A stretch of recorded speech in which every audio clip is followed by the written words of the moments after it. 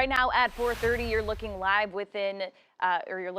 at the Fulton County Jail in Atlanta. Within the next few hours, former President Donald Trump is expected to turn himself into authorities there on charges that he tried to meddle with our election process and overturn the results of the election in his favor. It's the former president's fourth criminal indictment in just the past year. When he surrenders, he will be fingerprinted and have his mugshot taken. Trump says he'll surrender around 7:30 this evening. Several of his co-conspirators also indicted in the case have surrendered themselves, including Mark Meadows, Rudy Giuliani, and Sidney Powell. Trump spoke with former Fox News host Tucker Carlson on his new Twitter show ahead of his booking. When somebody gets indicted, your poll numbers go down. When somebody gets indicted, you announce, ladies and gentlemen, I'll be leaving to spend time with my family and to fight for the rest of my life on this stuff. But you're out of politics. I got indicted 4 times. All trivia, nonsense, bull. It's horrible when you look. All right, so let's go ahead and bring in Queen City News Chief Legal Analyst Khalif Rhodes. So that interview with Tucker Carlson was about 45 minutes long. What did you get from that? It was a whole lot to unpack, but what I can first start and say is that the former president knows, and he has a temperament, always has his finger on not just his base, but the people. Tucker asked him a question about, the consensus of the American people, and he said there's a lot of love and passion, and there's a lot of hatred. And Tucker came back and said, well, that's not a good combination, and I totally agree with that. But very much towards the end of the conversation, I thought the former president said something that was echoed what he said about the Charlottesville. When the incident occurred, he said there were good people on both sides.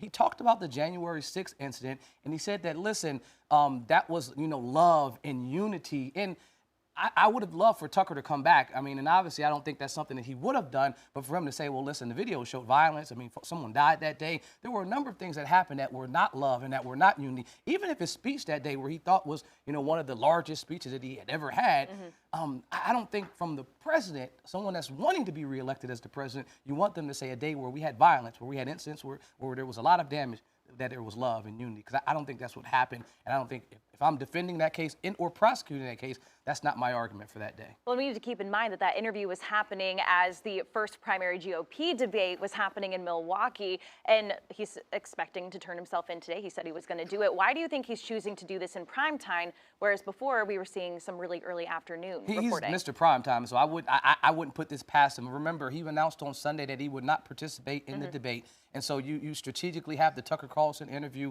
right as the debate is going to get unveiled. You don't want to have you surrendering yourself prior to the debate, because then you have given your opponent some ammunition. And so now you only have a window between Thursday and Friday. If I'm advising him, you don't want to have him turn himself in on Friday, even though they've negotiated what his release would look like. Something crazy could happen and he could remain there Friday. So Thursday's the only time. Is it Thursday morning? Is it Thursday night? Hey, if I want to control the narrative and keep my hand on the pulse of the story, it's at night. It's after the whole daytime news is passed and everything that everyone will be talking about all day, we're talking about it now, is that he will be turning himself in tonight, all day, the lead up. It's the pre-release to our release. That is exactly his MO. And we're obviously talking about it, and that gives time for him to keep going on the campaign trail. Of course, he was not at last night's debate in Milwaukee. He's the front runner, and even though he wasn't there, he certainly, of course, came up a lot. So let's take a listen. If former President Trump is convicted in a court of law, would you still support him as your party's choice? Please raise your hand if you would.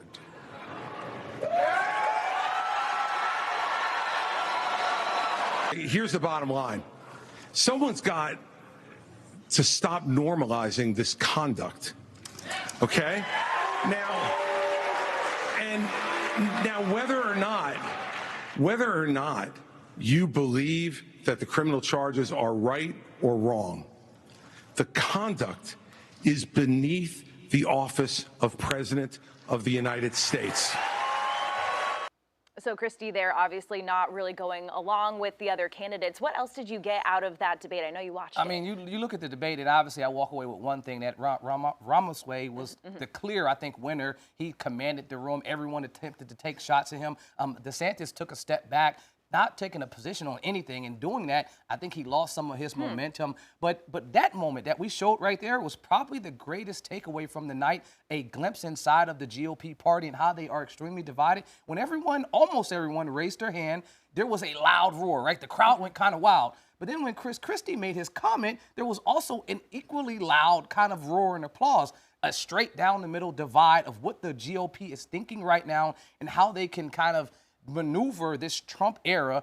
A lot of that crowd could have been MAGA supporters on the initial hand raise, but then at that second raise, that may have been some, standard, long-time supporting GOP voters that are tired of the rhetoric that's been coming. And so I thought it was a great insight to show what's kind of happening inside the GOP.